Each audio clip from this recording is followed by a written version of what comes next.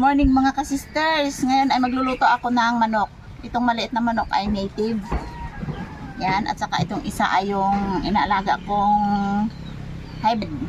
Yung 45 days tawag dito sa amin. Itong native na manok ay sasabawan ko siya o tinulang manok.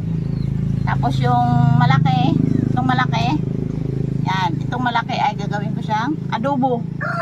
Adobohin lahat. Ito ay ano na, ng parang 2 months na siya nung inalaga. Kaya napakalaki, 5 kilo. Maaga pa mga ka-sisters ay nag-asikaso na kami ng aming lulutuin dahil pupunta kami ngayon sa recognition day nila Hana at yung isang pamangkin ko na anak ni Miss Sayahay. So, ang ginawa ko dito mga ka-sisters, kailangan ko muna siyang i-marinate, palambutin. Pagkatapos namin na i-marinate ito ay iiwanan namin saglit at babalikan namin ito sa ilang oras lang dahil pupunta na kami ng school. Kasi maaga pa ang start noon, siguro lalabas kami mga 10 o'clock. Tamang-tama na marinate na ito at malambot na pag-uwi namin, saka namin siya lulutuin dahil mas masarap mga ka-sisters iulam o kainin yung isang ulam na medyo mainit-init pa. Dahil kung lulutuin namin siya mga ka-sisters na sobrang aga, hindi namin ma-feel yung sarap ng aming niluluto dahil sa malamig na. So mas maganda na pag-uwi namin ay saka pa lang namin lulutuin. Ang importante ay napalambot na namin sa pagmamarinate yung aming niluluto.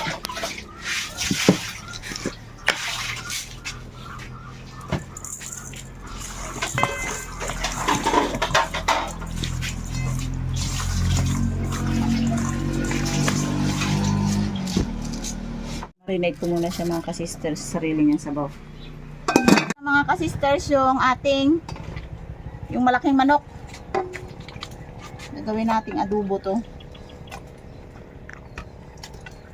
Bali may tinula na kami, yung may sabaw. Tapos ito ay adobo. Bago yung 2 paa at saka 2 pakpak ay ipiprito. Request ni Aya at ni ka-sister. So, ayaw ko yung direct na pagluto mga ka-sisters.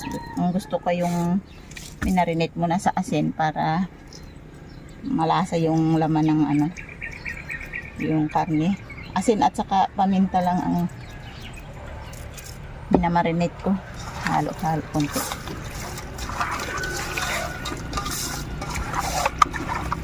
Kunting paminta pa. Masarap yung maraming paminta.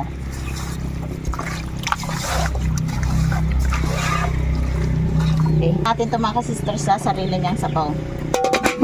So ayun mga ka-sisters, bali ni-request pala ni Hana si Tito na Imer na siya daw ang magsasabit ng medal sa kanyang honor. Ayan.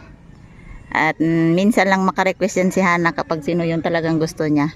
Pero kami mga ka-sisters ay doon na sa grade 12 magsasabit ng medal kung sakali. Kaya nga po. Joined by their dedicated advisor and proud parents, the people behind their success. With their advisors and proud parents.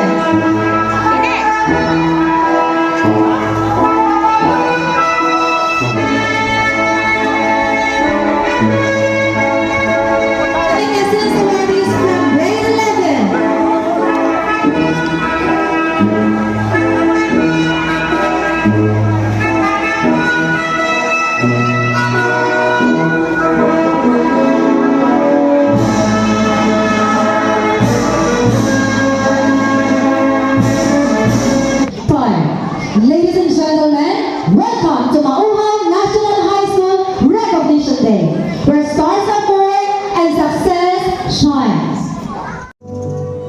Lord, we honor these students for their hard work and perseverance. As we begin the ceremony, fill this hall with joy and inspiration. May everything we do today bring glory to your name. In Jesus' name, amen.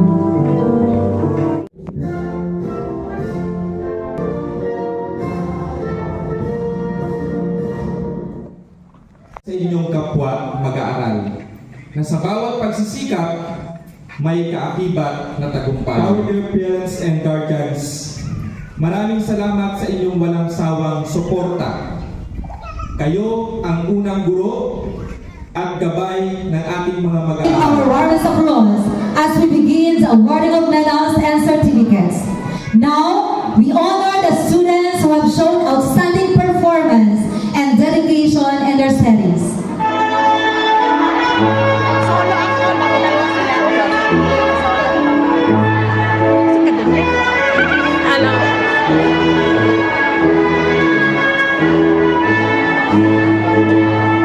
Idea Bill M. Lasor with honors.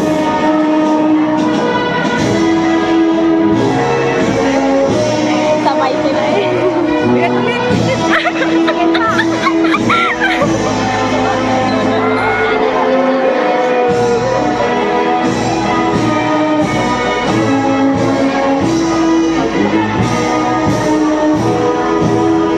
Justine X. Grabe si Tito. Hindi niya hinintay.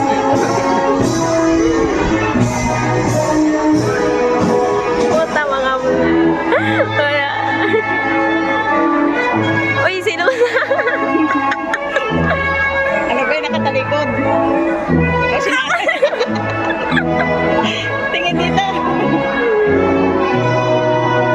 Airborne City Mother. With honor.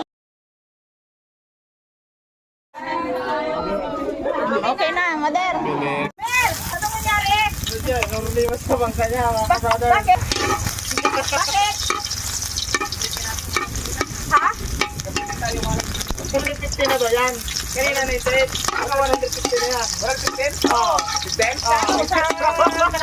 Mahal ang gasolina talaga ngayon. Buhay mo yung bangka ko. Kasi ngayon ay sumabit ako ng mga honor sa mga tapo. Pamangkin ko mga prize. Tuwa ko sa mother. Kasi... Yan.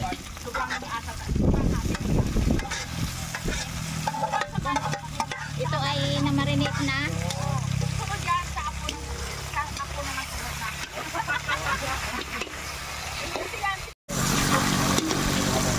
Dating sa school, nakamana yung mga pang-automation.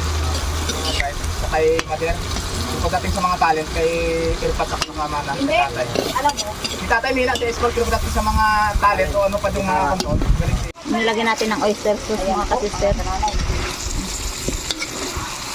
Talagang said na said oh. Mahal ang gasolina eh. Kailangan isaid pati oyster. Sa pagluluto lang, tirmiri talagang pilis talaga ako. Suka. Kapag marinate din kanina mga ka-sisters ay naluto na yung ating karne. Kaya yan ay tinimplahan na lang namin.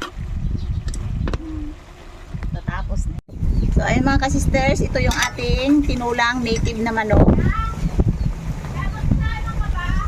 So ito na mga ka-sisters, yung ating tinulang native na manok. So ito yung ating tanglad. Tapon muna natin. Maliit yung ating native na manok, kaya konti lang din yung ating naluto. Dahil marami yung adobo natin. Napakalaking manok.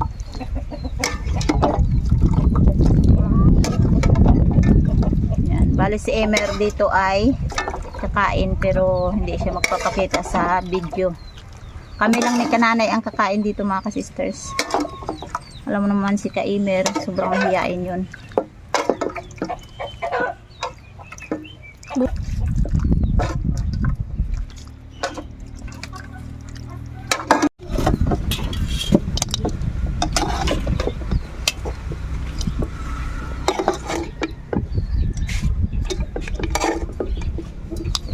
Gawin tayo eh, tapos na ice cream. Sige, try tayo. Diyos, maraming salamat sa pag-iingat mo sa amin, sa buhay na mayroon kami, maging sa mga tutupalang amin na tayo. Salamat sa Lord, salamat sa Lord. Kain tayo mga ka-sisters. Adobo at saka native na tinulang manok. Yung paborito ni Hanang adobo, manamis-namis na maalat-alat. Oo, mapatay ta na tayo. Madel, tiklon, di paborito mo, di ba yan? Ayun, thank you. Nanay.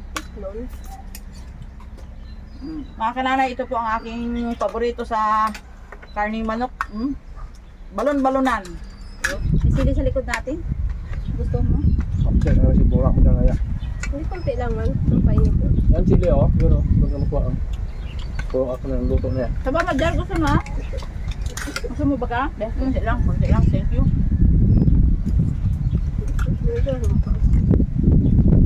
Bakit ito na kasi ng tapos-tapos. Tingin ka lang ng konti. Pangit ang pakasabawan din natin yung manok, magawalang lasa yan. Dapat tama lang talaga. Tama ang nyo. Tama, sarap nyo. Thank you. Parang need ko tumaan. Hindi pa kalaga na to sa marinate pa lang. Native na native ah. Sarap. Nanay? Saan kayo may nakuha ng mitip? Gahapon sa... oh. Gahapon sa Babot Kahoy, Bilangam? Piniluhan din. Ba, ma'am? Tama na. May Dance sauce. saya? That's enough, my dear. Tama Okay na. lang saya? Oo. Hindi mo na kumakain ng tubig. Grabe. Ang dami pa ng kanin ko. Marami pa kami doon, ha? Ayaw nakuha, ang dami. Emir? Okay. Yup. Mga ka-sisters, ayan. Yung kain namin, medyo matagal-tagal pa. Pansamantalang babay muna tayo. Maraming salamat mga kasisters sa inyong pagtangkilik sa amin. Ayan, nakikita na nyo na si Hana ay grade 11 na.